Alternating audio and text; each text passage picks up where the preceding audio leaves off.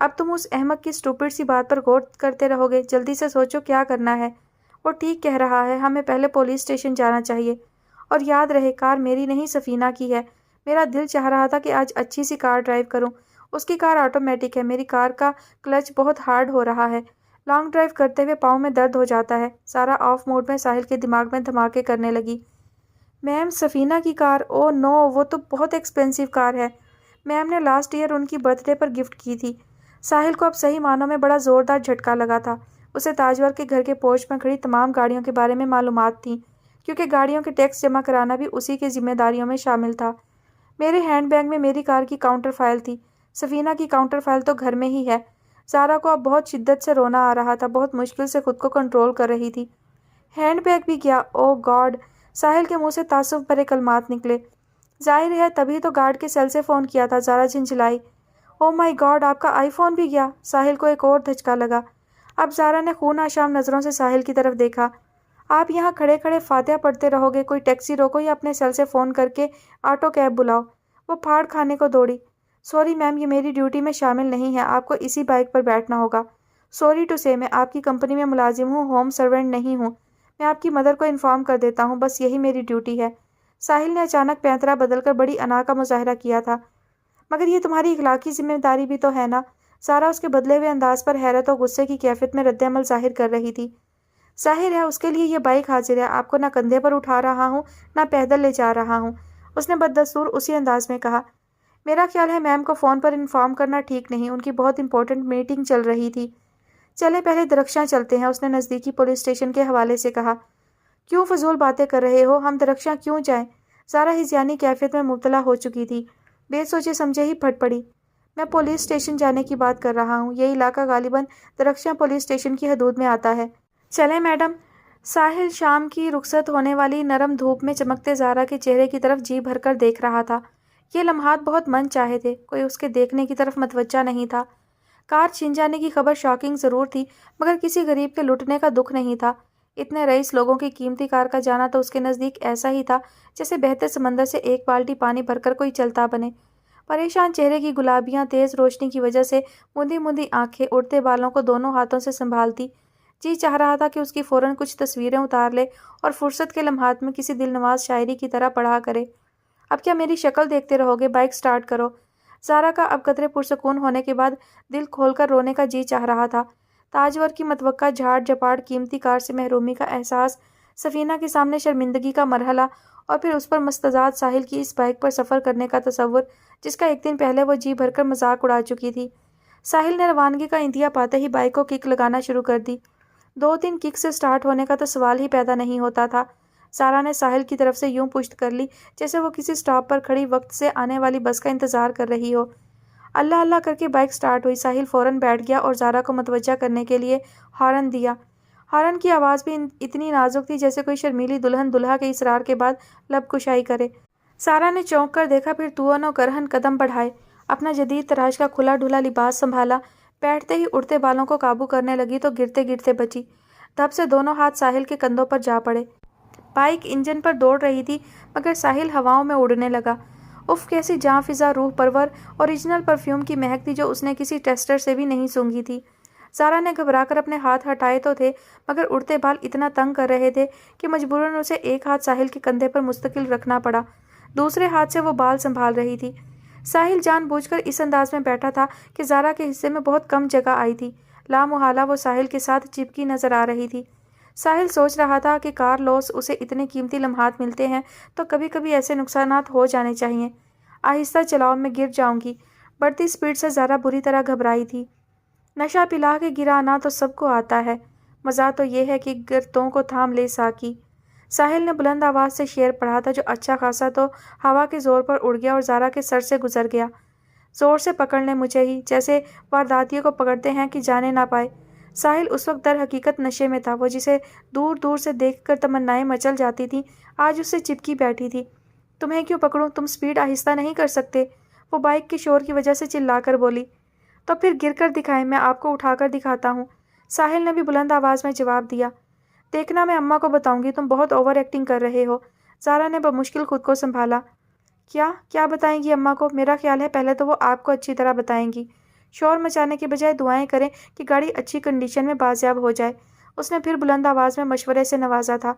زارا غصے کی شدت سے توازن کھونے لگی۔ اس سے بیشتر پھسل پڑتی اس نے بے اختیار کیفیت میں ساحل کی کمر کے گرد بازو کا گھیرا ڈال دیا۔ قربت حد سے بڑی تو ساحل پر سچ مچ شیر اترنے لگے۔ جوان لڑکی کے وجود کی گرمی نے جذبے اور عمر دونوں میں اضافہ کر دیا۔ ہونٹوں پر بڑی شریر سی مسکراہٹ تھی۔ زارا کی آنکھوں میں بے بسی کی کیفیت نے آنسو بھر دیے تھے۔ اسے تو میں بہت اچھی طرح بتاؤں گی، ذرا اس بائک سے اتر جاؤں۔ بدلہ لینے کے جذبے نے اس میں صبر کا جذبہ خود بخود پیدا کر دیا۔ زارا کو لینے گیا ہے؟ کہاں سے لینے گیا ہے؟ اس کے پاس تو اپنی گاڑی ہوتی ہے۔ تاجور حیران پریشان سیتا کی طرف گھورتے ہوئے سوالات کرنے لگیں۔ مجھے نہیں معلوم میم، مس زارا کی کال آئی تھی، وہ بہت زیادہ ڈسٹرب لگ رہی تھی، کار اور ڈرائیور بھیجنے کا بول رہی تھی۔ لفظ ڈسٹرب سن کر تاجور ازحد پریشان ہو گئیں۔ جلدی سے اپنا سیل فون اٹھایا اور زارا کا نمبر ملانے لگیں۔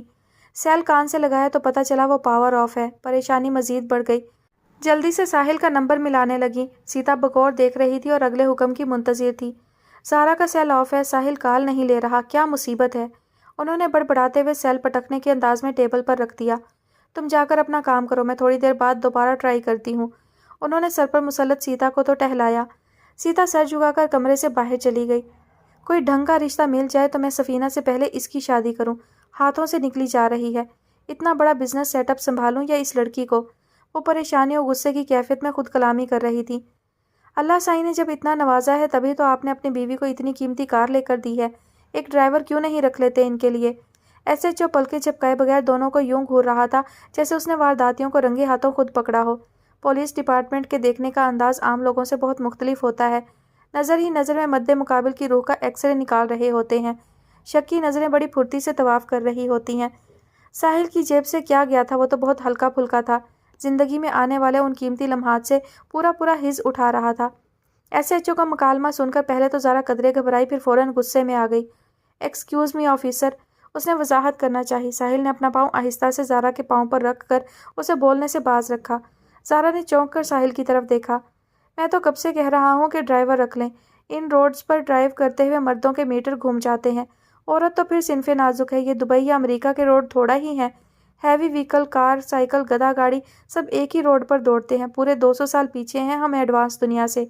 انجن کے سامنے گدھا چل رہا ہوتا ہے، گدھے کی ٹرمز اینڈ کنڈیشنز پر ڈرائیو کرنا پڑ جاتی ہے۔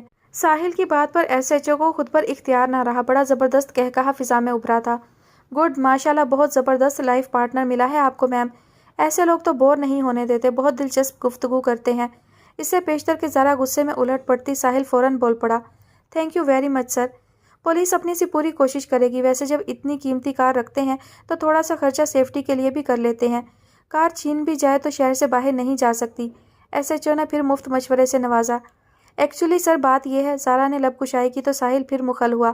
آپ بالکل ٹھیک کہہ رہے ہیں، آپ کی محنت و کوشش سے کار مل جائے تو سب سے پہلا کام یہی کریں گے انشاءاللہ۔ اب زارا نے دل ملا کر ساحل کی طرف دیکھا تھا۔ ایس ایچ او جانے کیا سمجھا، اس نے فوراً گھنٹی بجا کر سپاہی کو طلب کیا۔ سپاہی جن کی طرح پلک جھپکتے میں حاضر ہو گیا اور جم کر سلوٹ کیا۔ لال خان مخبر کے ساتھ نکلا ہوا تھا، دیکھو واپس آیا یا نہیں۔ آرڈر دے کر ایس ایچ او پھر دونوں کی طرف متوجہ ہوا۔ ہمارا ہیڈ محرر باہر نکلا ہوا ہے، آتا ہوگا، وہ آپ کی ایف آئی آر کاٹے گا۔ آپ لوگ چائے لیں گے یا ٹھنڈا؟ ایک حسین خوش لباس مالدار مہکتی ہوئی دوشیزہ سامنے ہو تو بہت سے مرد زندگی میں پہلی بار بھی خوش اخلاقی کا مظاہرہ کر سکتے ہیں۔ زارا کا موڈ ازحد خراب ہو چکا تھا۔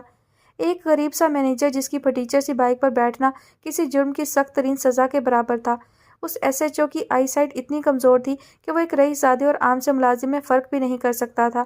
اس سے بیشتر کہ وہ انکار کرتی، ساحل پھر بول پڑا، سر چائے پلوا دیں، سر میں درد کی لہریں اٹھ رہی ہیں، ابھی تو پتہ نہیں کتنی خواری ہوگی۔ ساحل نے نام کو بھی تکلف نہیں فرمایا تھا۔ پولیس اسٹیشن میں اس وقت مفت ملنے والی چائے کی پیالے کی بھی بہت اہمیت تھی۔ باہر نکل کر کوئٹہ ہوٹل سے بھی پیتا تو جیب سے 15 روپے تو دودھ بتی کے دینا ہی پڑتے۔ زارا کا بس نہیں چل رہا تھا کہ کونے میں پڑی 1857 ماڈل کی کرسی اٹھا کر ساحل کے سر پر دے مارے۔ سیکنڈ ورلڈ وار میں برطانیہ کا بہت بڑا حصہ ہے، دنیا ہٹلر پر سارا ملبہ ڈالتی رہی ہے، اسے جنگ کا ذمہ دار قرار دیا جاتا رہا ہے۔ لیڈی صوفیہ ایک دفعہ پھر ماضی کھنگال رہی تھی، مگر ہسٹری میں یہ بات نقش ہو چکی ہے مائی سن، وہ بھی پتھر پر پڑے نشانوں کی طرح کہ برطانیہ نے 1919 اور 20 امن معاہدے کے بعد یورپی معاملات سے نظریں چرائیں، امن کے قیام میں اپنا حصہ نہیں ڈالا۔ پھر میں اس سرزمین سے کیوں محبت کرتی؟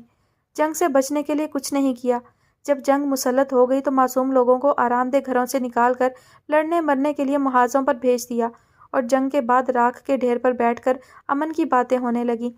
بس پھر میں اپنے بچوں کو لے کر پاکستان آ گئی۔ مسٹر جناح کی پرسنالٹی غضب کی تھی۔ لگتا تھا کہ جناح زمین پر کوئی جنت بسا رہا ہے۔ پاکستان آ کر لگا جیسے دوزخ سے نجات پا کر جنت میں آ گئی ہوں۔ پرنس کچھ دیر قبل سوئمنگ سے فارغ ہو کر لان میں فروٹ کاکٹیل کھانے میں مصروف تھا۔ لیڈی صوفیہ جین آسٹن کا ناول ہاتھ میں لیے بولتی ہوئی اس کے سر پر آ پہنچی۔ چند قدم کے فاصلے پر نوکر مستعد کھڑا پرنس کے اگلے حکم کا منتظر تھا۔ گرینڈ مام پلیز۔ پرنس نے کاکٹیل باؤل لیڈی صوفیہ کی طرف سرکایا۔ نو تھینکس، میں نے عصر کی نماز کے بعد فریش جوس لے لیا تھا۔ انہوں نے بدمزہ ہو کر معذرت کی۔ وہ کچھ خاص باتیں کرنے کے موڈ میں تھیں مگر پرنس ان کے ماضی کے دریچوں کو بڑی سمجھداری سے بند کرتے ہوئے انہیں کھانے پینے کی طرف متوجہ کر رہا تھا۔ آج تم بہت مصروف رہے، میں تمہیں ایک گڈ نیوز سنانے کے لیے بے چین ہوں۔ لیڈی صوفیہ نے ناول میں نشان لگا کر پرنس کی طرف دیکھا اور ناول ٹیبل پر رکھ دیا۔ Good news? جلدی سے سنائیں گرینڈ مام، بہت دن ہو گئے کوئی گڈ نیوز ہی نہیں سنی۔ پرنس نے ڈبے سے ٹیشو کھینچتے ہوئے بڑی دلچسپی ظاہر کی۔ میں نے تمہارے لیے ایک لڑکی پسند کر لی ہے، انہوں نے بہت فخریہ انداز میں دھماکہ کیا۔ پرنس کے لیے تو یہ دھماکہ ہی تھا۔ کیا یہ مذاق ہے؟ پرنس نے بے یقینی کی کیفیت میں مسکرا کر دیکھا۔ میں سنجیدہ ہوں اور تم میری بات غور سے سنو، لیڈی صوفیہ نے قدرے برا منانے کے انداز میں جواب دیا۔ آج میں اتفاق سے اپنی مرحومہ دوست کے گھر چلی گئی۔ اس کی تینوں پوتیاں ایک ہی گھر میں رہتی ہیں، تینوں کے ملا کر 10-12 بچے ہیں۔ وہاں میں نے ایک لڑکی پسند کر لی ہے۔ وہ ان تینوں میں سے کسی کی بیٹی نہیں بلکہ اڈاپٹڈ ہے، پرشین ہے، بے حد حسین، جیسے اسے تمہارے برش نے تخلیق کیا ہے۔ لیڈی صوفیہ کسی گہرے خیال میں ڈوب کر بولتی جا رہی تھی۔ پرنس حیرت سے لب بستہ انہیں دیکھنے پر اکتفا کر رہا تھا۔ اس بچی کا بیک گراؤنڈ بہت سٹرانگ ہے، یقیناً اس کے ڈی این اے میں مستقبل کی بہت شاندار، بہت گریٹ تصویریں چھپی ہوں گی۔ مام جسٹ اے منٹ، پرنس نے انہیں درمیان میں ٹوک کر اپنی بات کرنے کی کوشش کی۔ پہلے میری بات مکمل ہونے دو۔ لیڈی صوفیہ کو دھارے میں روک لگانے سے روحانی تکلیف ہوئی، پیشانی پر ناگواری کی لکیریں کھنچ گئیں۔ میں آنے والے دنوں میں اپنی نسل کو پھلتا پھولتا دیکھ رہی ہوں۔ میں چاہتی ہوں تم بہت سے عظیم انسانوں کے باپ کہلاؤ۔ تھینک یو مام، مگر آپ تو میری شادی کسی غریب لڑکی سے کرنا چاہتی تھی۔ اچانک پروگرام بدل گیا۔ پرنس نے اپنی بات پہنچانے کا موقع بڑی صفائی سے نکال ہی لیا تھا۔ وہ اڈاپٹڈ چائلڈ ہے جس کے ماں باپ بچپن ہی میں مر جائیں، اس سے زیادہ غریب کون ہو سکتا ہے؟ لیڈی صوفیہ نے برہم ہو کر سوال کیا تھا اور فوک سے ایک پائن ایپل کا ٹکڑا اٹھا کر منہ میں رکھ لیا۔ غصے میں بھول گئی کہ کچھ دیر قبل فروٹ کاکٹیل کھانے کی آفر ٹھکرا چکی تھی۔ تو پھر میں بھی بہت غریب ہوں مام، کیونکہ میرے پیرنٹس بھی اس دنیا سے بہت جلدی چلے گئے تھے، پرنس نے دھیرے سے مسکرا کر کہا۔ یہ سنتے ہی لیڈی صوفیہ غصے سے تھر تھر کانپنے لگیں اور اپنی جگہ سے کھڑی ہو گئیں۔ میں تمہاری سگی پر دادی، پل پل تمہارے ساتھ ہوں، تمہارے شاندار خاندان کا اثاثہ ہوں، نشانی ہوں، تمہارا اسٹیٹس سمبل ہوں، تم کیسے خود کو غریب سمجھ سکتے ہو؟ وہ عجیب سے انداز میں بولی۔ اس وقت تم نے مجھے بری طرح ہرٹ کیا ہے پرنس، میں اکیلی تنہا ہی تمہارا بہت بڑا خاندان ہوں۔ لیڈی صوفیہ کو خود پر قابو پانا بہت مشکل ہو رہا تھا۔ پرنس بھی اٹھ کھڑا ہوا۔ سوری گرینڈ مام، مائی گریٹ مام، میرا ہرگز یہ مطلب نہیں تھا، میں تو آپ سے جواب لے کر اپنا کنفیوژن دور کرنا چاہ رہا تھا۔ اوکے اوکے، لیڈی صوفیہ کی تمنا بہت زور آور اور شدید تھی۔ انہوں نے بڑی سرعت سے پوتے کی معذرت قبول کر لی کیونکہ وہ مزید کچھ بتانے کے لیے بےتاب تھیں۔ دوبارہ نشست سنبھالی اور چند گہری گہری سانسیں لیں۔ اس دوران پرنس کو اپنی بات کرنے کا سنہری موقع مل گیا۔ لیکن میں نے تو اس لڑکی کو دیکھا ہی نہیں، اس ٹاپک پر آپ سے کیسے پراپر ڈسکس کر سکتا ہوں؟ میرا یہ کہہ دینا کافی ہے کہ وہ بے حد حسین ہے، اسے کوئی ریجیکٹ ہی نہیں کر سکتا۔ مرد کو دل بہلانے کے لیے اس کی پسند کی بہت سی عورتیں مل سکتی ہیں، مگر شادی خاندان بنانے اور شاندار نسل کی تیاری کے لیے کی جاتی ہے۔ میں تمہیں عشق کی آگ سے بچانے کا تہیہ کر چکی ہوں۔ ان کا لہجہ حتمی تھا۔ میں اپنے خاندان کے اکلوتے اثاثے کو دکھوں کی دلدل میں نہیں دھکیل سکتی۔